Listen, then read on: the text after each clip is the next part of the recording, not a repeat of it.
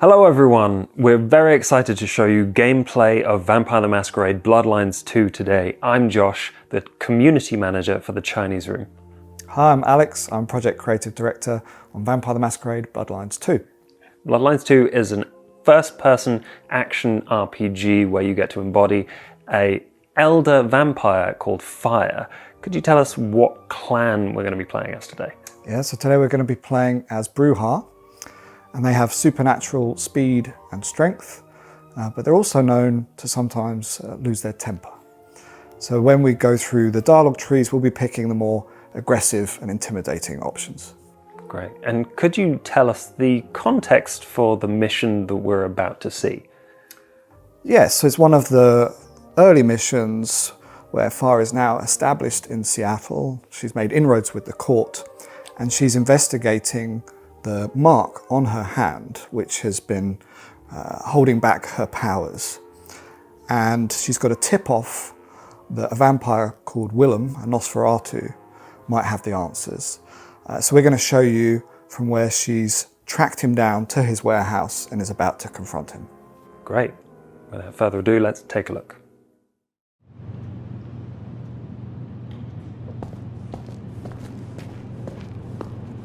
I do not like this. All those marked freaks were waiting outside. And yet none appear to have entered. Why track Willem to this place and then refrain from attack?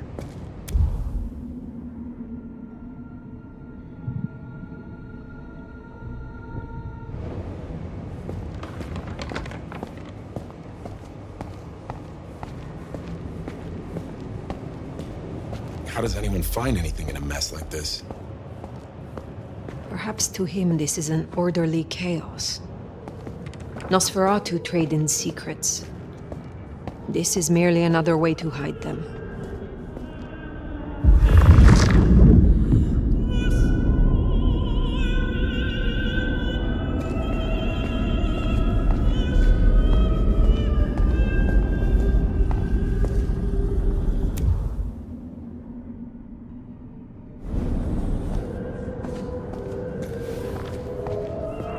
I recognize this song from before I slept.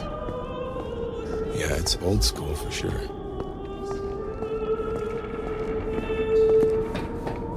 We may be nearing the end of our search.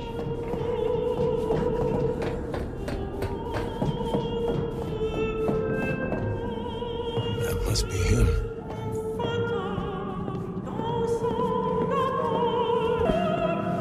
Before I could even finish the song. How cruel. Am I interrupting?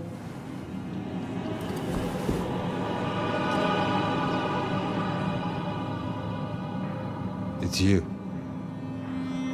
The nomad. Willem, I take it. You had some interesting guests outside. Expecting trouble? That depends. Why are you here? Tolly tells me you keep the court's secrets and its histories. Earlier tonight, another kindred by the name of Isabella used this mark to sap my power. Do you know anything about it? No. All I had to do was keep my head down for just a few more nights. He's hiding something. Tell me, Willem, what rumors have you heard about me?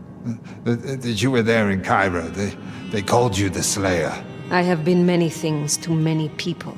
And what will I be to you, Willem? And to this lonely, forgotten warehouse? You're exactly what he said you'd be. I guess that makes it easier. Makes what easier? What happens next? Now I have to do what he told me.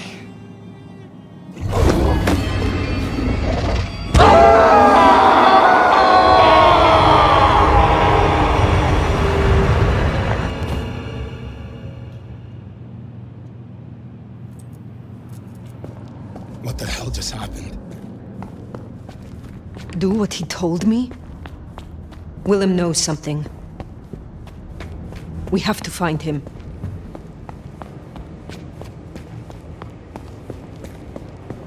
He made the mark bleed. He knows how to use it against me. Hives can't just teleport people. That's not normal.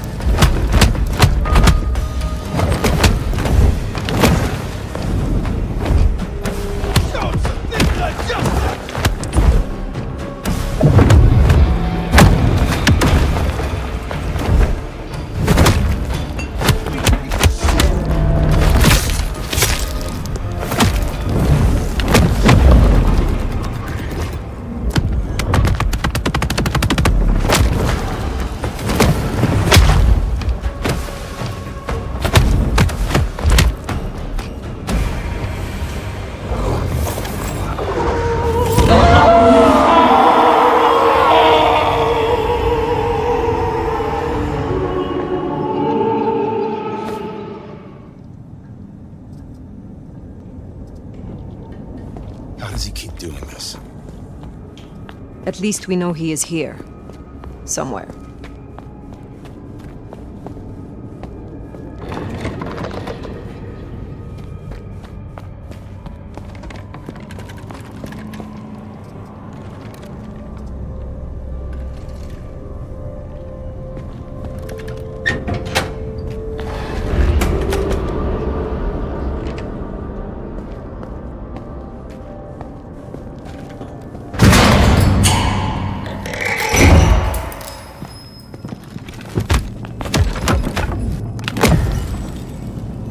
Fuck that.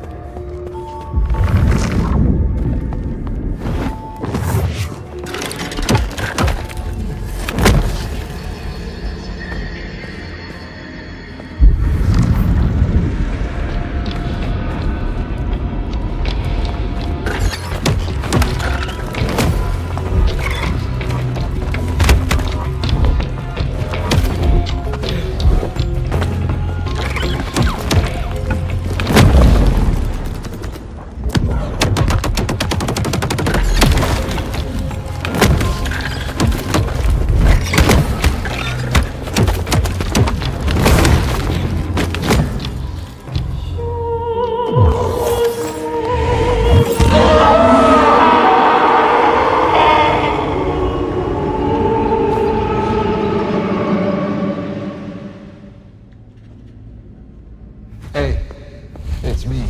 Got a situation. Yeah, the nomad of all legs. Yeah, she's not waking up. I made sure of that. But I did everything you asked me. Just a few more nights, right? Like you said. Okay.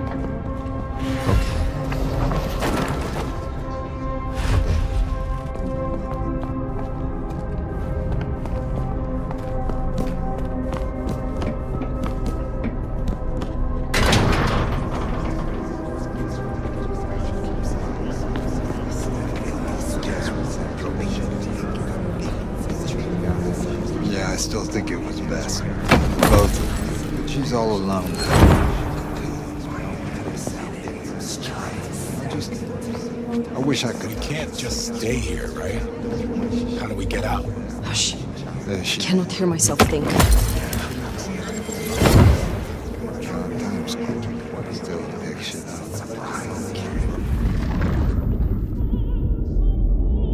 He is using everything he has to hold on.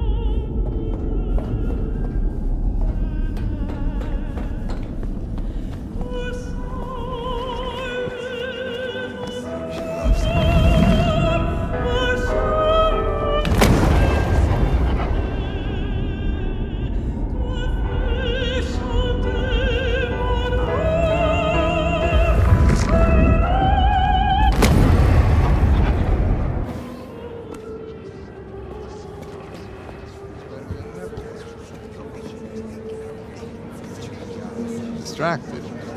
It's just this Junior. With the war he's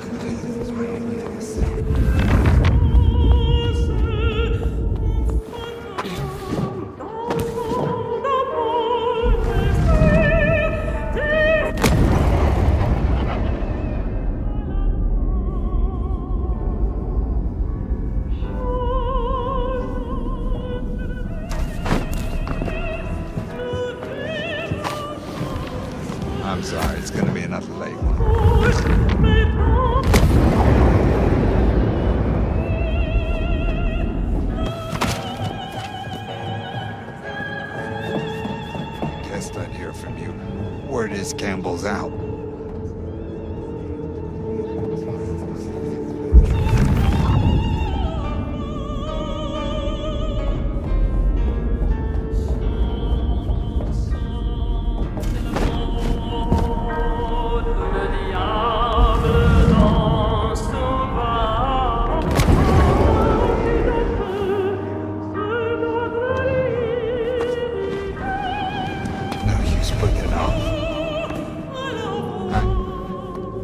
I gotta do this.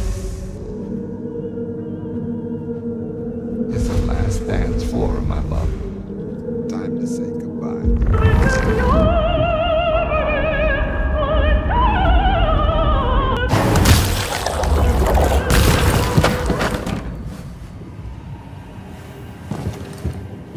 But how? I had you under, It doesn't matter. Nothing matters. Talk him down, Fire. Fast. Disarm this bomb. As your elder, I command it. I can't. You gotta understand. Unless you would rather I ripped it from your skeleton and your flesh with it. Please, please, it's not up to me. They said I could see my family again. The memories. They said if I cut off the cord, if I took away their little black book, all their secrets, it would cause the chaos he needed to strike, and I'd be free. Who is this he? The Malkavian. The gardener. The gardener. But now you got the truth. You know what that means, right? Fire, you're losing him. Listen to me, you useless, spineless, molten tumor. This gardener sold you a lie. Your family will not want to see you. If they even still live. Jeez, Fire. You are not the man they knew. To them, you are a monster. Find some other dream to cling to. But do not destroy yourself for another's game. You don't understand. They're listening. He was on the call the whole time. Willem. I don't know what to do. Tell me what to do. Oh no.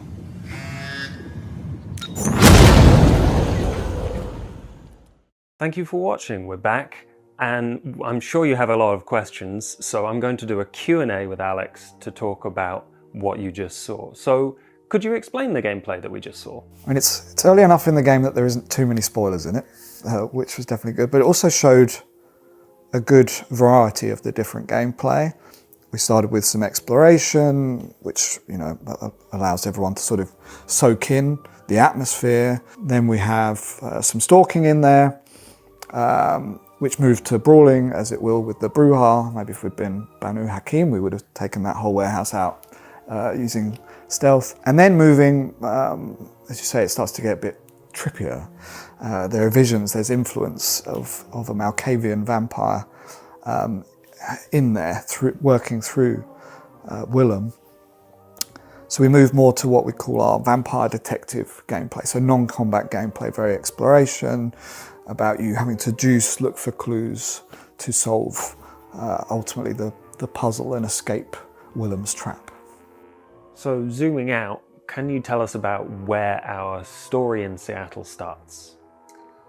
Yeah, it starts with you wake up in a derelict apartment building, covered in blood, having been essentially in vampire hibernation for 100 years. So you wake up with questions.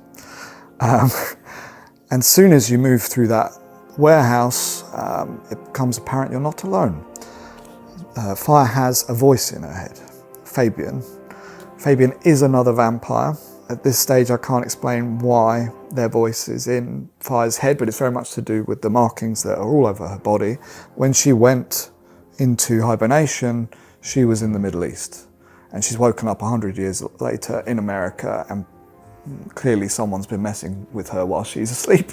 So she's got questions and she's quite annoyed. That sort of is our initial drive, is trying to figure out what happened to her and how to undo it and how to get this voice out of my head, because Fire enjoys her solitary time. She does not want to share her head with another vampire. We've had to translate a tabletop pen and paper game into action, and a big part of what a vampire is a bloodsucker. So we really wanted to focus on feeding. Could you tell us about how feeding works in combat specifically? Sure. I mean, there's two kinds of feeding across the game in general. There's combat feeding and social feeding. I think we'll talk about social feeding on a later video. But yes, combat feeding you're using within a combat encounter like this for two reasons. One, it's the main way to get health. So if you're getting beaten up, too many strikes against you, then you probably need to retreat and go and feed on someone weaker in the encounter. But also to power your abilities. Feeding is essentially a reward for stalking or brawling successfully. You get an enemy to low health, there's a window where you can feed on them. So try not to hit them again or they'll die. And if you can embrace that, you'll get one of the blood pips for each of your abilities. So these are little pips below each abilities will fill.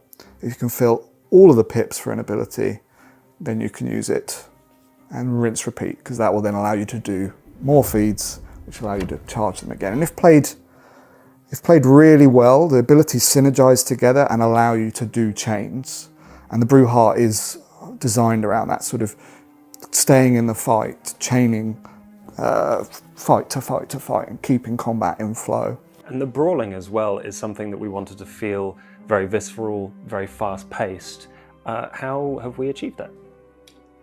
Yeah, well, and a key word is immersive. So the control scheme is quite intuitive. Really love that pulling the triggers is feed, because that's like two fangs, sinking them in. But yeah, the basic sort of actions that Fire has, she can punch, she can do a heavy strike, which allows her to knock people back, which is very useful for the Brew Heart. They can use it to sort of juggle enemies. If they're overwhelmed, they can go back and get enemies away from them. The defensive move she has is dashing, which you'll have seen there's one point in the gameplay where if you dash towards an enemy as they strike and you time it right, it counters it. But then Fire also has telekinesis, which isn't usual for a vampire to have, but there's a story behind that, and specifically why Fire as an elder has it. But yes, when stalking, use telekinesis to pick up a bottle, distract an enemy, but you can use it to literally pull the enemies towards you. So you can use heavy strikes to push away and telekinesis to pull towards you, giving you a lot of control over the enemies and how you're encountering them. So that Bruja very much wants to control the sort of dance of combat. So the mannequins work a little differently from the other enemies that we saw. Could you tell us about those illusions? Sure, I mean, everything that we saw really is an illusion from when Willem first screamed at the player. But the initial enemies do fight more like typical enemies. The only thing that's different about them is the fact that they shatter to sort of glass when they're killed. But as we get deeper into Willem's sort of maze, essentially, his powers are getting weaker, he's getting more desperate. So in the first phase, he's able to create believable, they're ghouls and vampires that we're fighting there. So the ones with a beating heart, they're ghouls, and the ones that are just black silhouettes, they are vampires. Whereas when we move to the mannequins, he isn't able to create illusions of such quality, and he's also getting desperate. And what better to fight a vampire with than an enemy that has no blood? So the mannequins are made of solid wood. So you notice in the playthrough there, we're being very tactical about our abilities because we have no way to recharge them. We can't get the blood back. So yeah, there's a really cool moment where kites a load of them up onto the gangway up above and then charges through and gets maximum effect. And this was to create a sort of peak combat challenge for that mission, because what we've shown there, that sort of 15 minutes, that's the end of the mission. The player has actually been across Seattle, going other places. So we wanted to give a peak. And the actual Willem encounter itself, which is after, is more cerebral. So we wanted to peak the combat so then you could shift to this more cerebral sort of puzzle boss encounter with Willem trying to defeat his illusions. So yeah, They're a very unique enemy in the game. They only occur there in the game, and they have that unique mechanic of they cannot be fed on, which makes, really changes up the pace of how you play.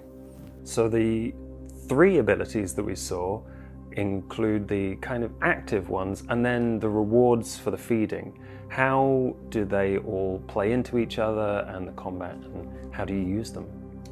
Yeah, so for that video we've equipped 2 of the Bruja abilities. There are more abilities, but we just wanted to show off those 2. And then we have the passive, which you get when you select the clan. So each clan has their own feed passive. So every single time they feed, they get some benefit that reflects their clan's playstyle. So the Bruja, we call it sort of a berserk mode. They get flushed with sort of aggression. Their arms literally glow. Their strikes do more damage and more knockback and things like that. So you'll notice points where, even though we feed on people, maybe you'll see the feed flash up on another person, but we've already committed to the strike and we're doing more damage, so we kill them. So feeding actually is another sort of skillful reward. It's another part of the dance that's very important. As a Bruja, I suppose there's a role-playing element there, right? Because they are passionate, maybe have a bit of a temper, and that's why we picked the intimidating options here. So I was wondering what kind of role-play opportunities that gives us in the dialogues. Yeah, so picking intimidating options, the result very much depends on who you're talking to. I mean, there are certain characters, say like Lou, who will, meet fire with fire. Right? They will equally become as angry. But that can be a good way to find out what they're hiding, right? Provoke them and get them to talk. There are others who could clam up. Tolly would probably laugh at you and dismiss it and sort of see through the bravado. But ultimately, it will affect your relationships with them over the long term. They'll get a feel for you. And also the relationship with Fabian. So Fabian is a vampire who is in our head for mysterious reasons. They're with us for the whole ride. And they are meeting, judging you and fire based on what you're choosing. So if you're very aggressive all of the time, that's who you are to them. And that's the nearest thing we have in the game to like a true, single judgment of who you were as a player is Fabian. Whereas other characters, you might behave differently to each other, put on different masks, because it is the Masquerade. Different masks of how you talk and interact with each of them. Vampires rarely show their true selves, so it's totally viable for the player, if they wish, to hide their true selves as well. The supernatural heightened senses give us clues to solve this puzzle that only a vampire can solve. What sort of puzzles can we expect? Heightened senses is based on sort of auspex in the pen and paper. We like the idea that Fire, almost as an elder, can access it whenever she likes. So we can use heightened senses to show you things that others couldn't see, almost like sort of CSI, blacklight or whatever, clues, to hear things, in focus. In the mission, she could hear the music from greater distance when in heightened senses than she could otherwise. And in the maze at the end, it dulled out the fake noise, all of the Willems chattering to each other. They all got dulled out. And in the real noise, which was the music in the real world, she could hear. So it can help you, in a situation like that, actually see and hear reality. But yes, in other sections of the game, it can help you to see what a human would miss, right? Follow someone's trail, get evidence of what's happened there. And there's quite a few interesting puzzles that we've done across the games using heightened senses. And I think this mission is a great example of a slightly more unusual version of our art direction in the lighting, the music, the style overall. There's books floating around. I think we punched one at one point. What kind of feeling do we want to kind of pump into that atmosphere? Yeah, I mean, at this section of the game, we sort of call it the Monster of the Week section of the game. We want the missions to very much stand out before it becomes clear they're becoming part of a larger picture. But that you can't trust even your own senses, right? You know, up is down, red is blue. Just making it so the player is really on edge and not knowing what's going on. I hope when people come to play it, because obviously watching it, you're watching someone play through who still roughly knows what they're doing for the sake of the video. I'm hoping, you know, people are in there really sort of scratching their head, using their heightened senses, and then feeling clever when they figure out how to move forward, how to get out of there, how to get out of Willem's maze. And we spent a lot of time talking to and learning about Willem. Could you go into a little bit about his place in the court and the Masquerade? Yeah, so Willem is the secret keeper of the court. But at this point in the story, he's gone AWOL along with the secrets.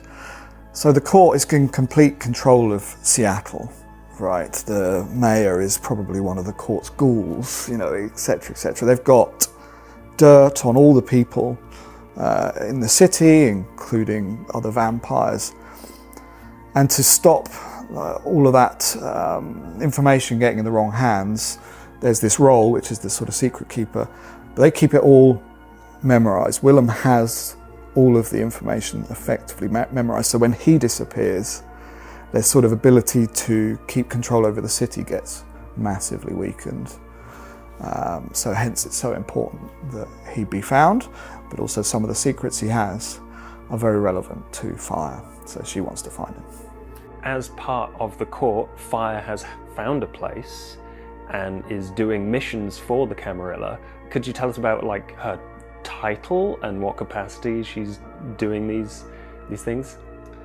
Yeah, so relatively early in the story, Fire has to get an inroads with the Camarilla, and she does a mission which ultimately results in her becoming the sheriff, which is an official role within the court, and it's pretty cool. I don't think we've got to play that in other video games at least.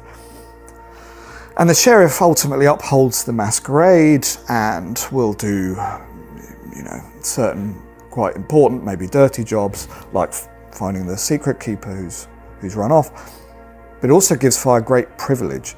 As the sheriff, she can talk to anyone, and everyone kind of has to give her respect. Should sort of follow along with the letter of the law and obey her. Obviously, we have different factions in the city, some who respect the Camarilla, some who don't. So she will get some reacting in her favor because she's sheriff, and some actually where it's become more a hindrance.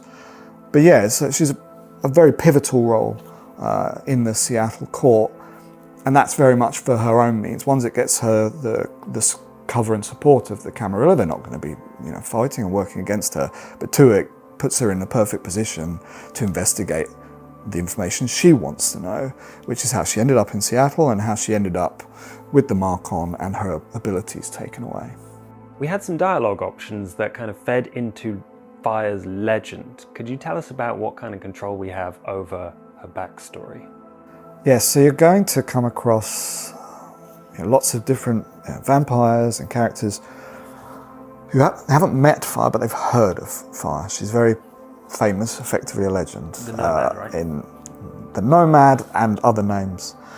And then as a player, when someone tells you one of these legends they've heard about you, you could validate it and lean into it. Fire very much uses it there to intimidate Willem.